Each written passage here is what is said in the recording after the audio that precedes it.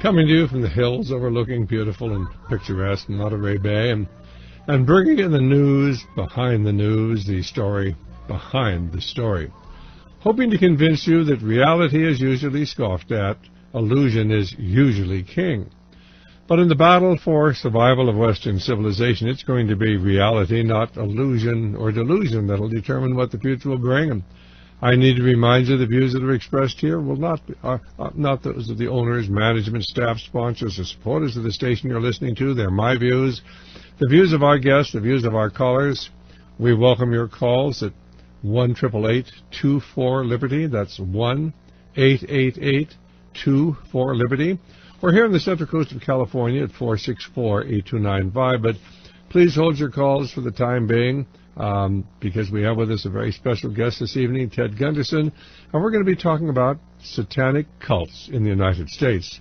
Now, before I do that, I just want to mention that this coming Saturday here in the Monterey Bay area, Dave Emery is going to be talking at the Loudon Nelson Center at 7 o'clock on Saturday evening. And if you've heard of him before on our program, you know he's a fascinating speaker. And, of course, we certainly hope that you'll seriously consider going to hear him. Also on Saturday at the Santa Cruz Bible Church there on Frederick Street, there's going to be a speaker.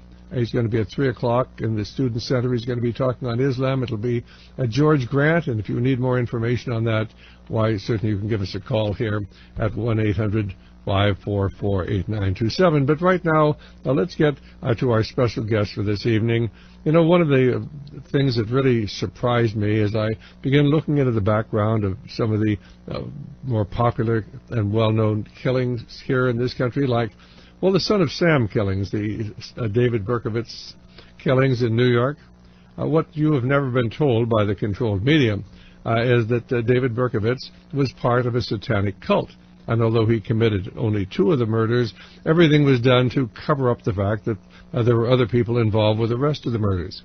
Manson also was involved with the same satanic cult.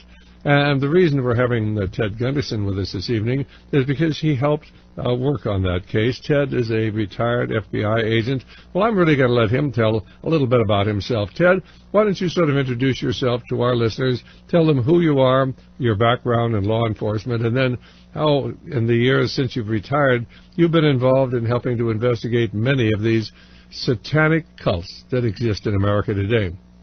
That's right, Dr. Stan, and it's a real pleasure to be on your show again.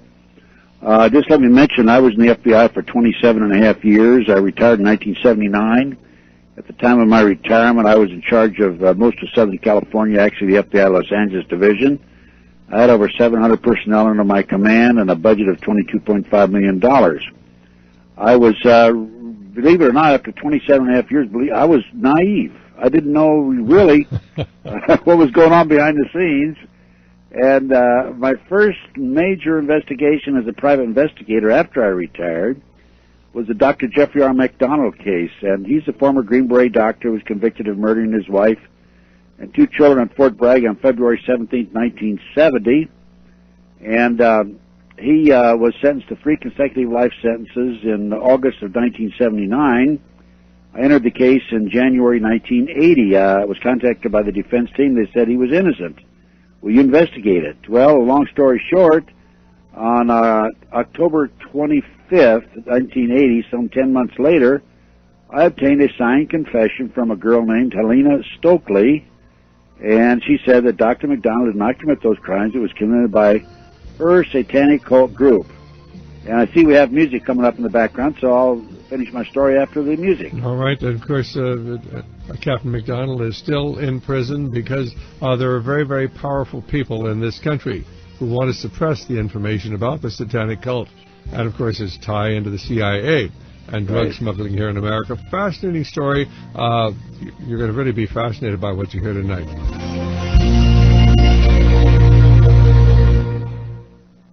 Well, this is Dr. Stan, and our guest this evening, Ted Gunderson, retired from the FBI, and he was called in then on this case that goes back to the 1970s about a Green Beret captain who was accused of and then convicted of killing his wife and 2 children. So you pick up the story there, Ted.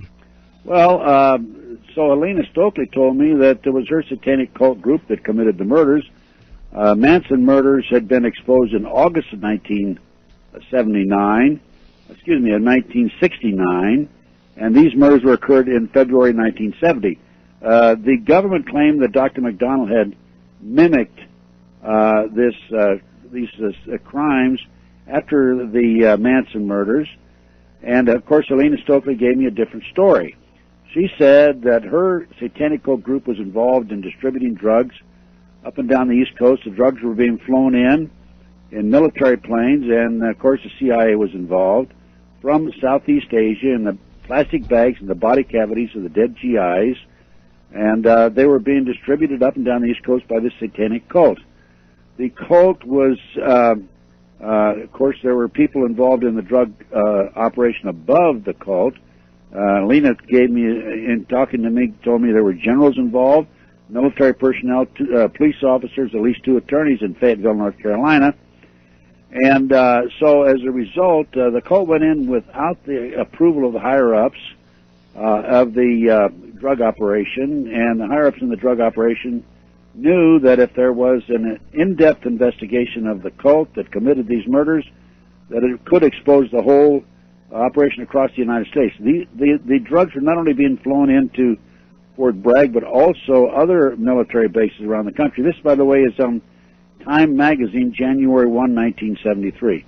So I'm scratching my head and I'm saying cults, satanic cults. Well, I don't know that much about that.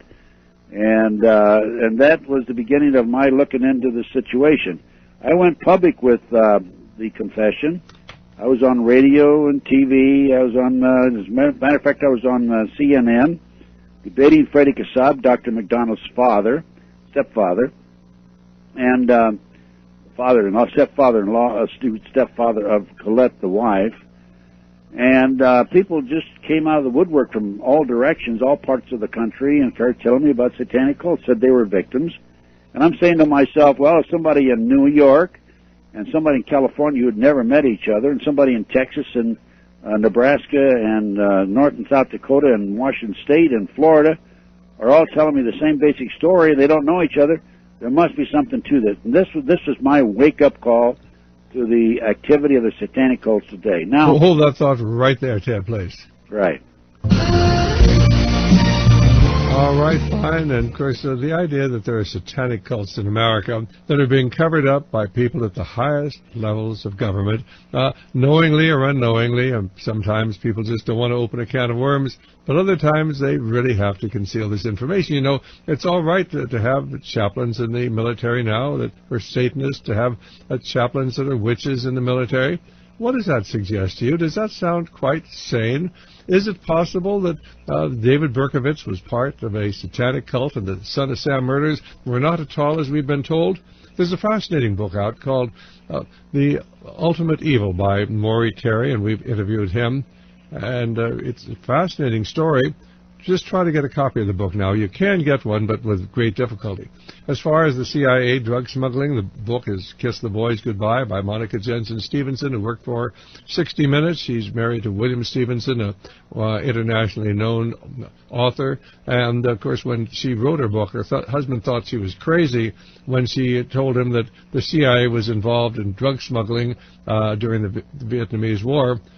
And Stevenson invited a friend of his from MI5 or MI6 British intelligence over one evening and said, you know, my crazy wife thinks the CIA is involved in drug smuggling. And the fellow from British intelligence said, you mean you don't know the CIA? Everybody knows the CIA is involved in drug smuggling.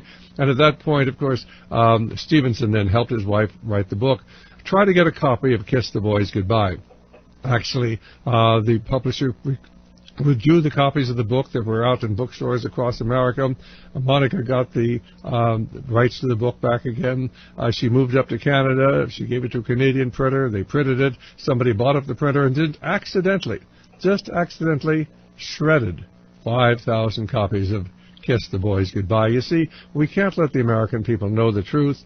We have all sorts of books on this, Into the Buzzsaw, the drugging of America, defrauding of America. We have a 4-tape set on Is there really a war on drugs? And you'll hear many of the people involved telling you, of course there's not a war on drugs. the war is really on the American people and expanding government control and corrupting the people.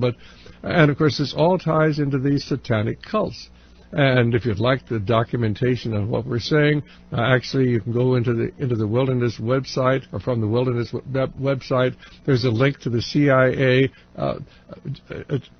site where the investigation of the CIA admitted CIA agents who were involved in smuggling drugs, and we actually have that. We can provide it for people if they need it. You need to understand what's really going on, and this must have been quite a revelation for you working for the FBI, wasn't it, Ted? Oh, it was, like I say, I couldn't believe it at first.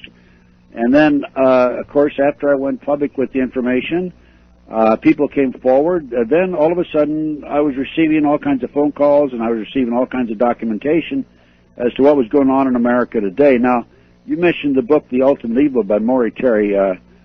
Subsequently, after I obtained my confession from Alina Stokely, by the way, Alina died mysteriously in January 1983,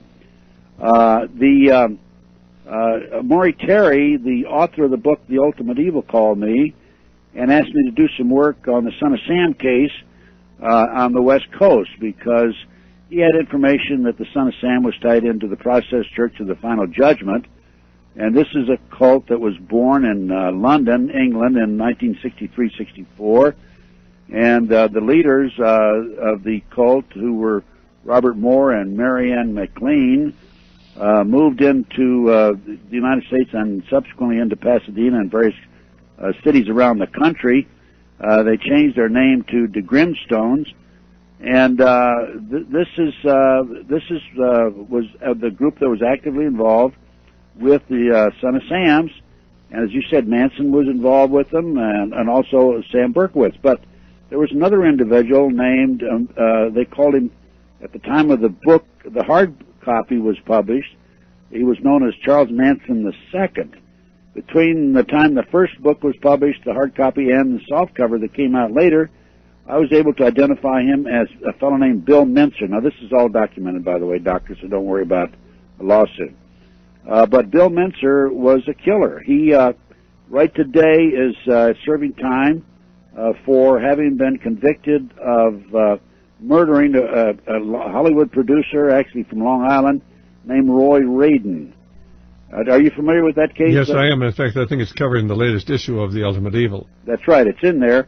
And Maury asked me to help him on the case. And one day, Maury and I went out to the site where Roy Radin's body was dumped, which was about 60 miles outside of Los Angeles.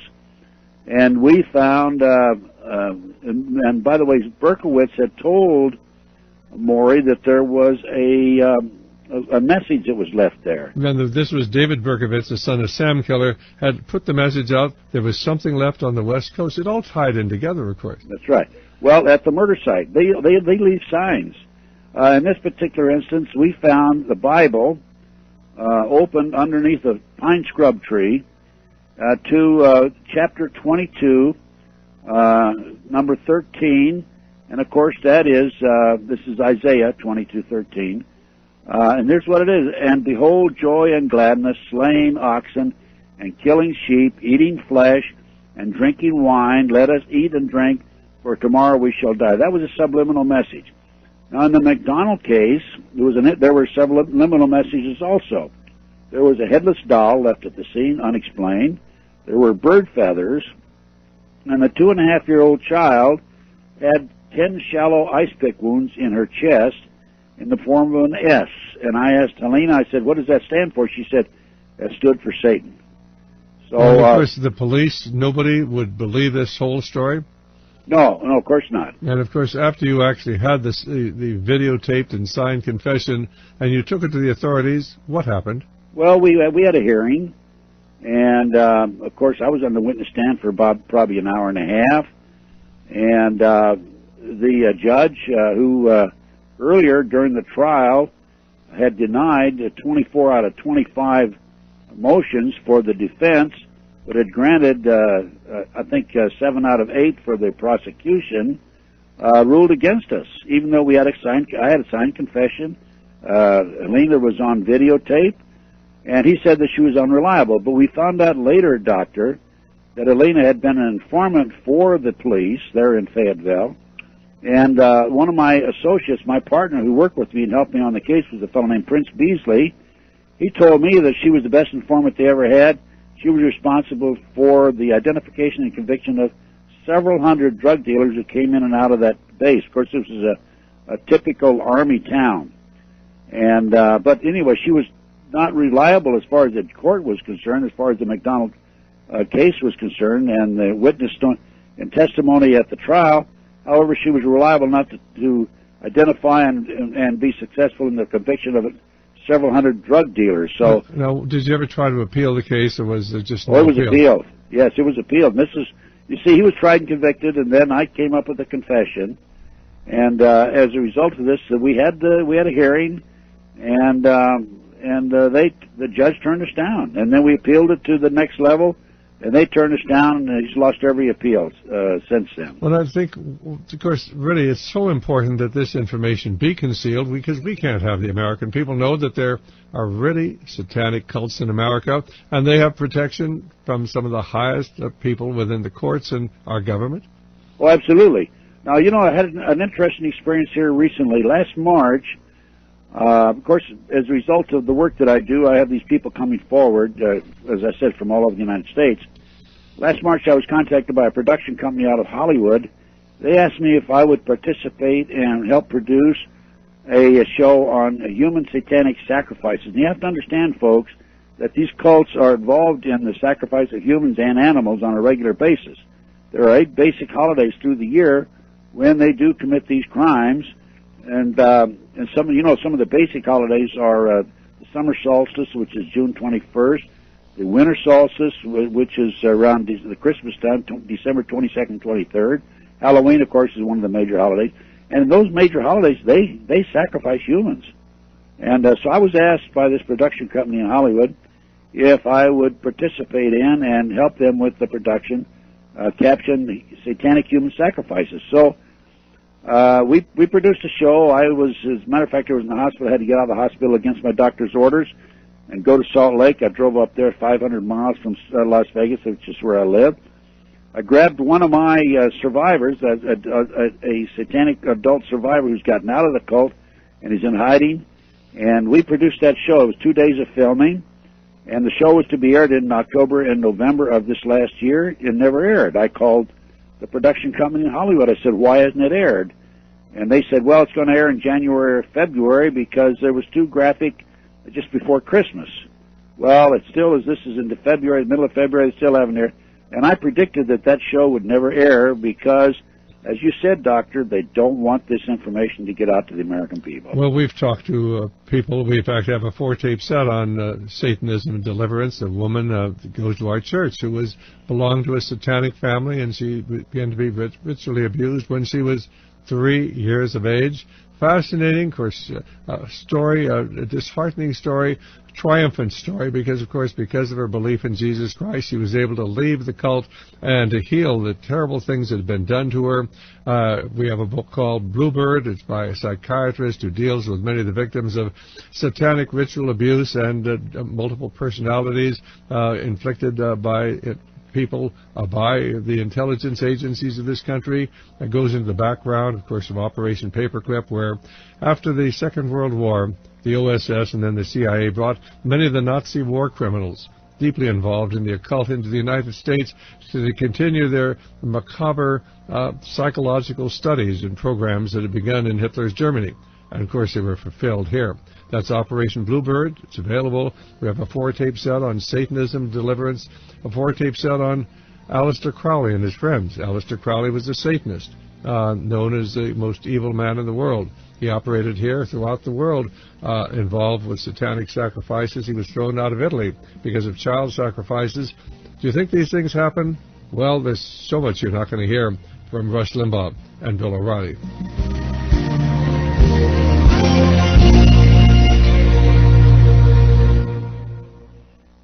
Our guest is Ted Gunderson, formerly with the Federal Bureau of Investigation, and I had actually tracked down this book, The Ultimate Evil, by Maury Terry and read it through, and this is when I found I had no idea that Ted had been involved with this investigation, tying Manson into the process. And the process was a secret society operating here in the United States. There's another book. It's called The Family. There are two books written on the Manson murders. One is Helter Skelter, the other is The Family. And if you read the book on The Family, they will tell you all about the process, this secret British Satanic Society operating in the United States. And, of course, its founder, what was his name, Robert de Grimsted? De Grimston, right. De Grimston. Now, you'd say, well, why don't we read about this in the Enquirer at least? Well, the Enquirer isn't going to tell you some of these stories either, because the American people are not to really understand that we're involved in a spiritual battle being played out on a cultural and political and ideological battlefield. But it's behind this, there really are these satanic cults and satanic organizations, and they operate many times at the highest levels of our society. It was very interesting as you read the book, The Ultimate Evil. They describe some of the ceremonies that have been seen by people who, for one reason or another, were able to witness what happened and then escape with their lives. And here they are in their black robes and their black hoods and their torches and their pagan chanting.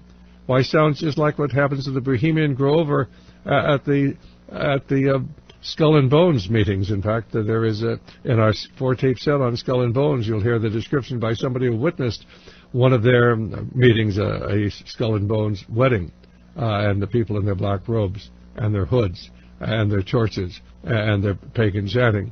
So people have to understand that what we're talking about is not imaginary, it's real. Because if we are to survive and we are to be able to stand against these forces of evil, we have to recognize what they are. Well, Ted, you certainly, you've probably been marked for your contract on your life, haven't you? Well, I have one on my life right now. I have a contract on my life because the work that I've been doing for the last 20-some years. And very frankly, I've in the past been very active on the lecture circuit, and I've had to cut back on that. I can't go out in public anymore. This contract came about last September, October. I had 3 of my informants tip me off and tell me about it. And so as a result, I'm basically holed up in my 5th floor condominium in Las Vegas, Nevada. Whenever I go out, I have to go out with, I'm accompanied by some of my friends and associates, so that, it's going to be what they're trying to do. They're trying to poison me or hit me with a dart or somehow because they want to eliminate me because of the work that I've done. And the exposure that I've made in the way of cults and other matters, including the 9/11 terrorist attacks on the World Trade Center. I have absolute documentation, chiseled in stone, backed up by postal date stamps, certified mail, that the FBI was furnished information about 9/11 on March the 20th of 2001, and they were told about the forthcoming attacks and given other information, and they did nothing with it. And so I have that. I've gone public with that. I passed my report on 9/11 out to 155 congressmen, senators, and also executive members of the branch. And that's mainly the reason for the hit on me right now. But in the past, not to get away from the cults, I've worked on not only the Jeffrey McDonald case, which was a high-profile case, probably the most high-profile case other than O.J. Simpson murders. Hold that thought for just a minute. Sure. We have to get our other stations back online. Okay, fine. And so you were talking about the Jeffrey McDonald case and some of the other cases you've been involved with. What about the Williams case down in Atlanta, the supposed murder of all those boys? Was that just a single person involved, or was that also an example of satanic murderers? Well, there's every indication that that's a satanic cult. What was his first name? Williams' first name? Right. What? I don't know the first name, but he wrote to me. He's still in prison, by the way. And he wrote to me a number of years ago, asked me if I'd help him with the case, and I couldn't help him. But there's every indication that was a cult murder also. What do you think? Was he guilty, or was he involved? Well, it's difficult for me. I'm asked that question about a lot of cases. Unless I really study the case and have firsthand knowledge, it's difficult for me to say guilty or not guilty. For example, on the McDonald case, I can say without any question the man is absolutely innocent, and there's a huge cover-up there because of the drugs, CIA Army drug operation. On the Williams case out of Atlanta, I'm not sure because I haven't studied the case that much. But I did work the McMartin case down in Los Angeles. You're familiar with that? That was a McMartin child abuse case. The child abuse case, right. And the children said that they were taken down. The parents would drop them off, say, 8 or 9 o'clock in the morning, come back and pick them up at 5. And the children said that they were taken down into tunnels under the school. There were adults chanting with robes. They sacrificed babies. They talked about sacrificing brown babies, candles, the whole 9 yards. And the authorities said, oh, no, there's nothing to that. And as a matter of fact, the children also said they were taken through the tunnels up into a trap door, the triplex next door, placed in automobiles and prostituted, taken out and prostituted in the community. We're talking about 2, 3, 4-year-old children, preschool children. And so the authorities went out in 1987 looking for the tunnels. They said they couldn't find any. I had an opportunity in 1991 to gain access to the property. It had been given by the McMartin family to Danny Davis, the attorney, and he sold it to a contractor who's going to tear down the building and build an office building on the site. And I heard about it. I went over. I said, let me get on the property for 2 weeks, sir. And he said, well, if you assume liability and give me a contract that you will do that, I'll be glad to let you do that. So I did. We hired, some of the parents and I hired an archaeologist, Dr. Gary Stickle, UCLA, and we went and we found the tunnels. The kids talked about not only chanting and what they described as obviously satanic ceremonies. They said that they were taken up into the mountains. Well, one of the close friends of the McMartin family had a jet plane. There was Hawthorne Airport about 10 minutes away, and we feel that they were taken there. And by the way, we found the tunnels in the middle of the second trial with Ray Buckey, called the district attorney, and he refused to acknowledge the fact that there were tunnels there, refused to use the information in the trial. We also, before the trial began, I had a tip from an informant about an abandoned satanic site in Crestline.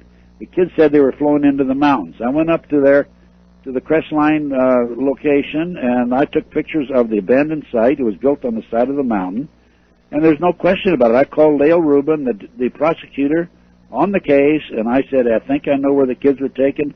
I'd be glad to take the kids up there to show you where it is. They weren't interested. So that's just another case, another cover-up as far as I'm concerned. And, then if I can talk a little bit about Bill Menser. Bill Menser was in the ultimate evil was Charles Manson II, as I said. That's what they called him because it was obvious he was a ruthless murderer. Ruthless murderer. He was a contract killer. And I had now what I'm going to tell you now, Doctor, is all documented, so don't worry about a lawsuit, as we mentioned in the show here the other day. But I picked up information that a fellow named Dr. John P. Nichols was arranging for contract killings, and as a matter of fact, he was setting up a gambling operation on the Indian reservation in Indio, California. And there was an Indian on the tribal council, Alvarez was his name, who was against the gambling on the reservation. And all of a sudden, Alvarez is gunned down along with 2 of his friends by unknown persons. I picked up information from an informant that Alvarez was murdered, and the contract was put out by Dr. John P. Nichols, and that he had brought up some gang members, motorcycle gang, satanic cult members from Phoenix, Arizona, to commit the murders. And of course, after that, the tribal council went along with Dr. Nichols. And so I went to the FBI with this story, and I said, this man is arranging for contract killings. They refused to do anything about it.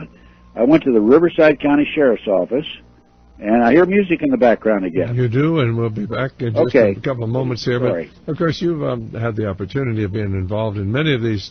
I've known Ted for a long time, and if you begin reading the stories about these satanic cults, well, you'll always find that they usually go and get Ted Gunderson to help solve these mysteries. And I remember even when Ted Gunderson was on Think Focus on the Family talking about this some years ago. We'll be back in a few minutes right here at Radio Liberty.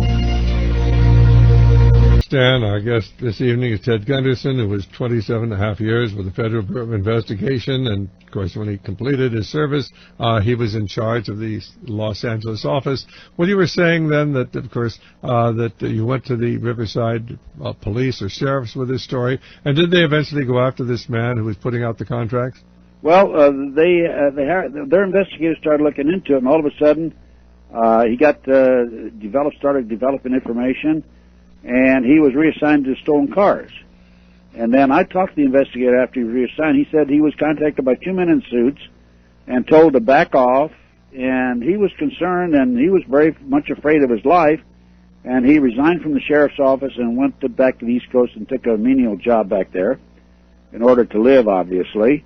But the sheriff's office refused to investigate it. So what I did is I went to Sam Cross, who was the chief of police in NDO, and I said to Sam, and I knew Sam from my FBI experiences. This is after I was out of the FBI, of course. I said, Sam, you have a man in your territory, in your jurisdiction, who is arranging for contract killings. Are you going to let that happen? He said, no, sir, I'm not going to allow that to happen. So Sam sent an undercover police officer right out of training school with a body mic in to talk to Dr. John P. Nichols, and he recorded a request by Dr. Nichols to put a hit on 5 individuals.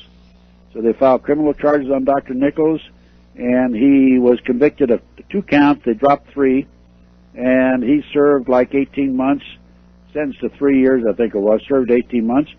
And this was in 1983, 84. And when he got out, he arranged with Bill Menser, Charles Manson II, mentioned in The Ultimate Evil, to come after me. He put a hit out on me. And I was, by that time, that would be 1986. And, you know, I said to myself one day, I've had enough cops and robbers in my life, and I decided to get out of the investigative field and went into the export-import business, which was a mistake, and lost everything that I ever gathered, accumulated in wealth, and not much, but I lost whatever I had in it. But anyway, I'm working in the export-import business out of Sherman Oaks, California, and I had a feeling I was being surveilled at night when I'd go home. All of a sudden, my daughter had to take a trip. She asked me to house sit for a week, and then a friend of mine who was quite ill, his wife asked me if I'd come over to his house at night, because when he'd get up in the middle of the night, sometimes he'd fall, and she couldn't get him back up. So I was 2 weeks away from where I was living out in Camarillo, California. You're going to have to hold that thought. Okay. We pulled the other stations right down. Go ahead and start. Ted is telling the story that the doctor who was putting out contract hits was eventually arrested, served 18 months in prison, went out, and, of course, once he was released, he put a contract out on Ted Gunderson, our guest tonight. And so Ted now has left the investigative business. He's trying to lead a more normal life, but he's constantly being surveilled. He's under surveillance. Obviously, the contract killers are ready to get him. Pick up the story from there, Ted. Well, so it was kind of interesting because I was 2 weeks away from going home. I didn't go home for 2 weeks. And my business partner in the export-import business, had gone to Argentina, and his wife, I live with him and his wife and his child. And I told his wife, Elena, I said, I called the night before, after I'd been gone for 2 weeks. The night was on Sunday night. I said, Elena, you know, I'm sorry I haven't been out to see you for 2 weeks. I guess you're okay. I'll be home tonight for sure. And I called her around 8 o'clock. And I had, that week was the week that I house sat for my daughter. She came home that evening. We started watching a movie. And by the time I finished watching the movie, it was 11 o'clock, and I had a 40-mile drive. So I called Elena at 11 o'clock, and I said, Elena, I won't be home tonight after all. And a few minutes after I called Elena, she was on the 3rd floor. She heard somebody come in the 1st floor, and it's a triplex. And the dog just started wagging his tail, thinking it was me, and all of a sudden, the dog just goes wild. The door is closed to her bedroom. She gets her gun out. She goes to the telephone, and she can't use the phone because it's been disconnected downstairs. Well, anyway, that was about a little after 11, just a short time after I made my call saying I'd be home for sure. And then 8 o'clock was that call. And then 11 o'clock I called and said I couldn't make it. And so the person that sat downstairs waiting for me to come home from 11 till about 2, and every once in a while he'd get up and walk around. The dog would go crazy. I find out later through one of my informants that was Bill Menser. That was Charles Manson II. And Dr. John Nichols had hired Menser to come after me. He, in the meantime, was out, by the way. And by the way, he's dead now. The doctor or Menser, they're both. Well, Menser's in jail. Oh, Menser's in jail and the doctor's dead. The doctor's dead, and what happened to Menser is he murdered Roy Radin. And Roy Radin was a Hollywood producer who we mentioned earlier on the show. Oh, he was somehow tied into the Manson killings, wasn't he? Right. Yeah. Well, Menser definitely was, and also tied into the Berkowitz, right. Son of Sam. Right. Menser was a professional killer. He served in Vietnam, and he was quite a rascal. Well, now, was he a member of the Process, the secret Satanic Society? He was a member of the Process Church, right? Absolutely. And for our listeners out there who want to check it out, 2 books. One is The Family, the story of the Manson killing. The other is, of course, The Ultimate Evil by Maury Terry. And the fact that you haven't heard about this sort of thing simply is a reflection of the degree of control that exists today over what the American people think. So pick up the story there, Ted. Well, and so as a result, of course, I was able to instead of Menser getting me, I was able to. I basically had to go underground, go into hiding, and so then I knew that Menser had killed Roy Radin. So I got a hold of my informant, and we went in and saw the district attorney, a fellow named Cohen. And we told him that Roy Radin, the producer out of Long Island, New York, had been murdered by Menser, Bill Menser. And then they took it from there, and they investigated it. And Menser and a woman named Lonnie Jacobs and a fellow named Lowe and another fellow from Argentina who was their partner, and his name was Lamada. No, it was Alex Marty. Bill Menser, Lonnie Jacobs, Alex Marty, and Robert Lowe. Lowe was the driver of the car. And what happened is Roy Radin was in a contract dispute with Lonnie Jacobs and also Bob Evans. Bob Evans was the famous producer who did Chinatown. And there was an argument over the contract. Lonnie Jacobs was involved in it, and she set up Roy Radin, for dinner that night, and she had Bill Menser and Alex Marty and Robert Lowe, and they took him out about 60 miles north of Los Angeles in a canyon and shot him with a shotgun. And they shot him because of the contract dispute over the making of the film. That's right. Right. And then Menser put a stick of dynamite in his mouth and set it off, and of course he was blown to smithereens. And then on, I forget the exact, I think it was June of 1983, it was about a month after this. By the way, he was murdered in May the 13th, 1983, which was a Friday. A beekeeper who had some bees out there in that canyon discovered Roy Radin's body, and so he was identified as the producer and so on and so forth. And anyway, instead of Bill Menser getting me, I was able to come up and put him in jail himself, and he's serving life without parole right at this time. Well, this whole story is told in Maury Terry's book, The Ultimate Evil, so at least I have some idea what they're talking about. I know for the listener out there it may be hard to get, but you can probably track down. I was able to get the book, The Ultimate Evil. I was able to get one recently by getting some people to search, and there are a few of them out with distributors. The book was recently reprinted last year, and suddenly all the copies disappeared. There are a few out there.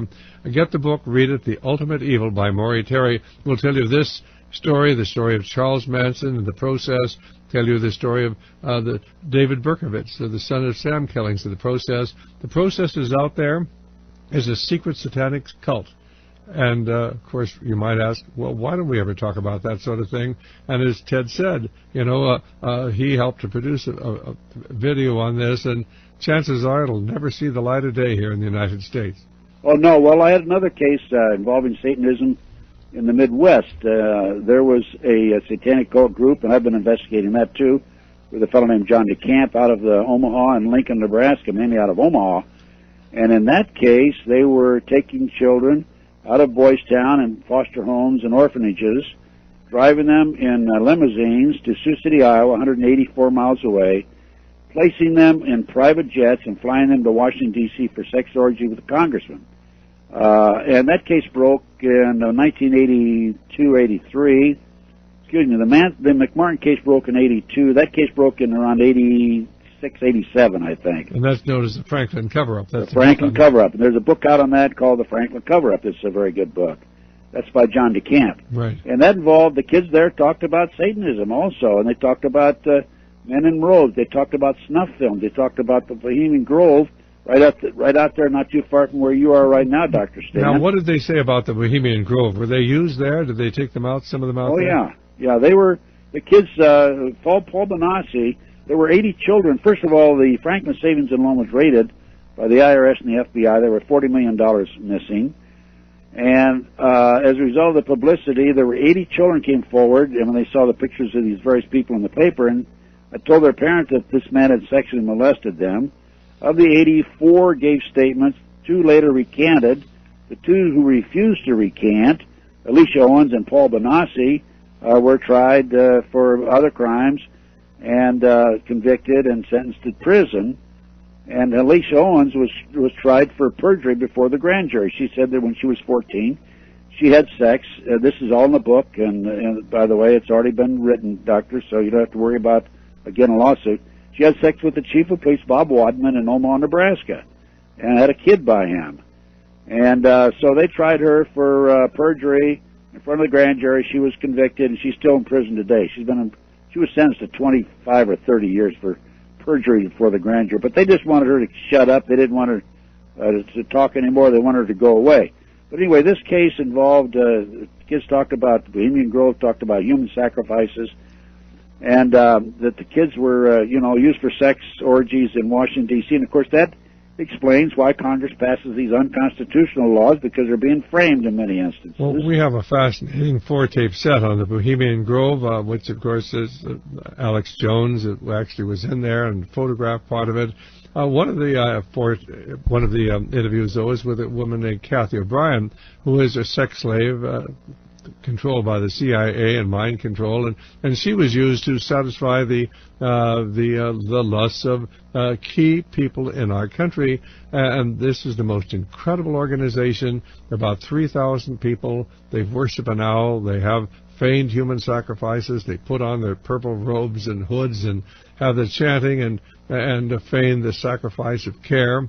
But behind all of this, of course, are strong occult overtones. Well, it's satanic cult. Sure. And in the Nebraska case, Doctor, there was the American press wouldn't touch it, but there was a TV production company in England called Yorkshire TV, and they came over for 7 months with their camera crew, and they filmed this show. It's called Conspiracy of Silence. It was to be aired on May the 3rd, 1994, on Discovery Channel at 10 p.m. And it was actually listed in the TV guide, and it never aired. And so what I did, although it was listed, so what I did about 6 months ago, I asked for a copy of that particular TV guide, and when I obtained it, it was not listed in there. So somebody reprinted the book, but just not to be outfoxed by these people, I went to the LA Times TV log, and I checked on May the 3rd, 1994, and it was listed in there, Conspiracy of Silence. I also checked the TV log in Philadelphia Inquirer. It was listed in the TV log there. So they actually were able to keep that show from being aired, took it out of print with the TV guide, and it never aired in this country today. By the way, I have a bootleg copy of that show, and it sells for $25 if anybody's interested in it. Why don't you get your address out, and so people will know how to get in touch with you and get your material, Ted? Sure. Well, get your pen and paper out, folks. I have a tremendous amount of research like you do, Doctor, and in particular this film, this videotape, which you'll find very interesting, shows congressmen, documents the fact that these congressmen are being blackmailed and that the kids are being taken back there for sex orgies. And you can obtain this by writing to me or sending me a check or money order for $25, but I have some other material too, to Ted Gunderson, 1155 East Twain Avenue. That's Twain, T-W-A-N, like Mark Twain. 1155 East Twain Avenue, Unit 108-259.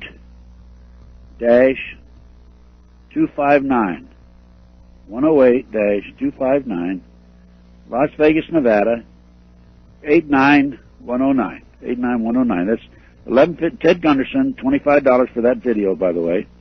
1155 East Twain Avenue, Unit 108-259, Las Vegas, Nevada, 89109.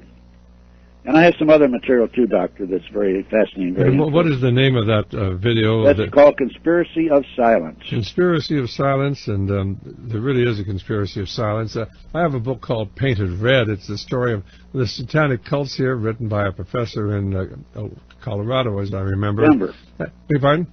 Denver, Colorado. Right, and well, then you know it. But one of the things that was so interesting, he pointed out that there is a man from the FBI, or maybe a little division there, that deals with satanic cults, and their whole thrust is to convince people there aren't any.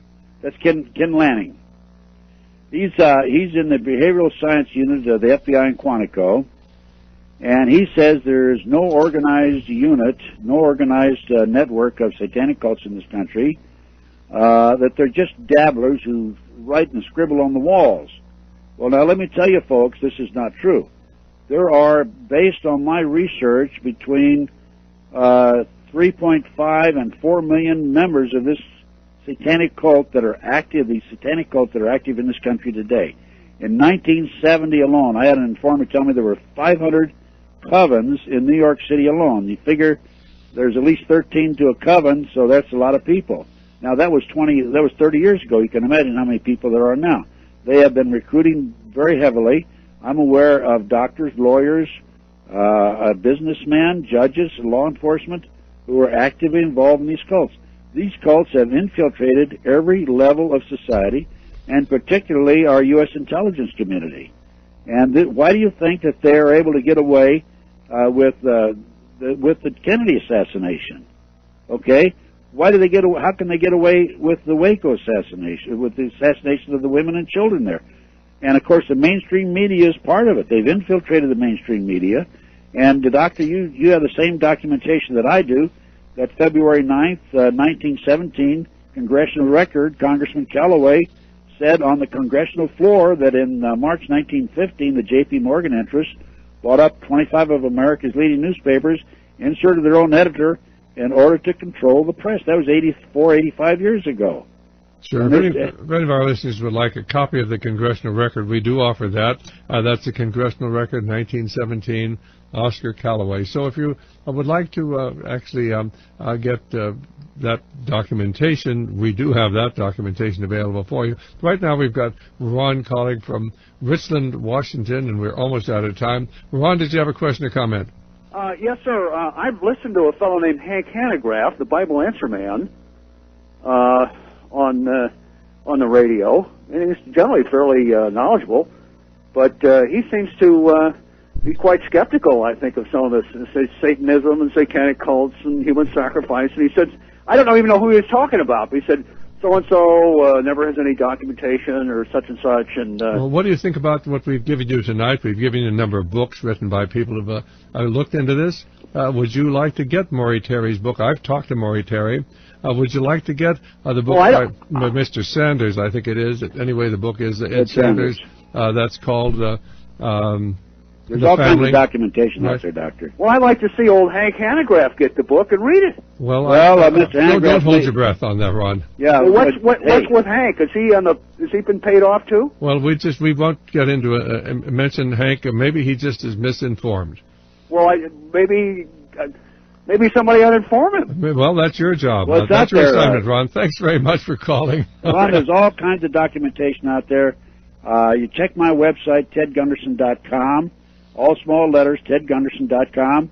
You can order my research. I have a 600-page document that sells for $75 that puts all this in a nice little package and goes from A to Z and documents everything I've said tonight.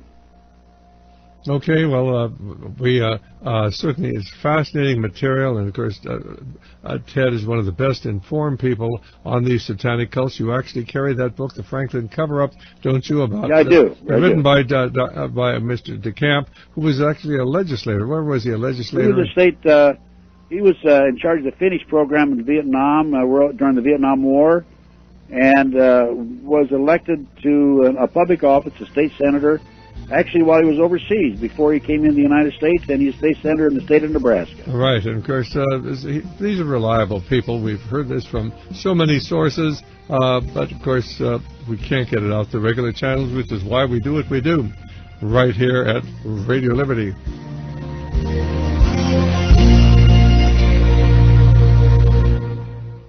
Well, I guess this evening is Ted Gunderson, formerly with the FBI, and we're just about out of time. We've got a couple of calls on the line here. So let's say this is Willie in Kennewick. Hi, Willie. Do you have a question or comment? I was calling because the guy that was on the caller that just called was talking about the guy that Hank Hanegraaff. Hank Hanegraaff. Hank is very skeptical about a lot of things. Yeah, the guy he was talking about there was Mike Warnke. Oh, well, Mike Warnke, I think, was a fraud.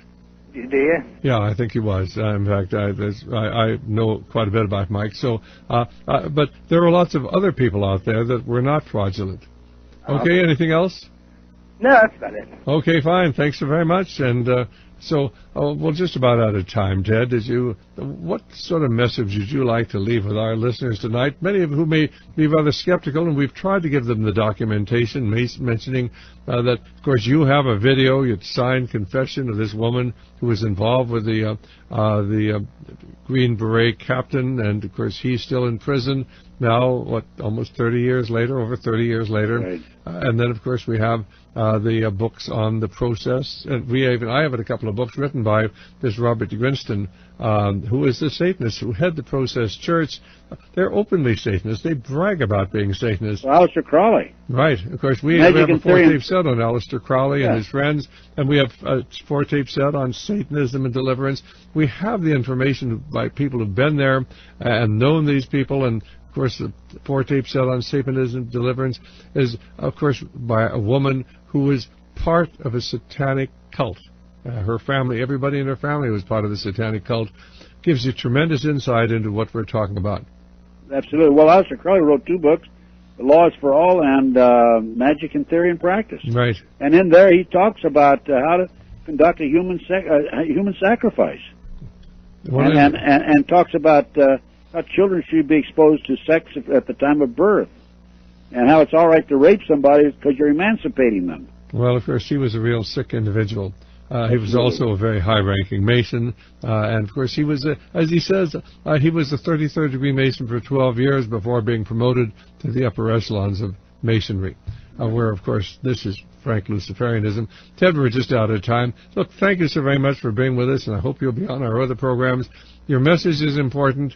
We need to get it out, and I appreciate your courage and being willingness to talk on these things. Thank you very much, Stan. Dr. Stan. We'll talk to you later. God bless you. Bye-bye. Bye-bye. All right. Well, this is Dr. Stan, and I just want you to understand that I would not put somebody on unless I was certain that they were legitimate, and Ted Gunderson is.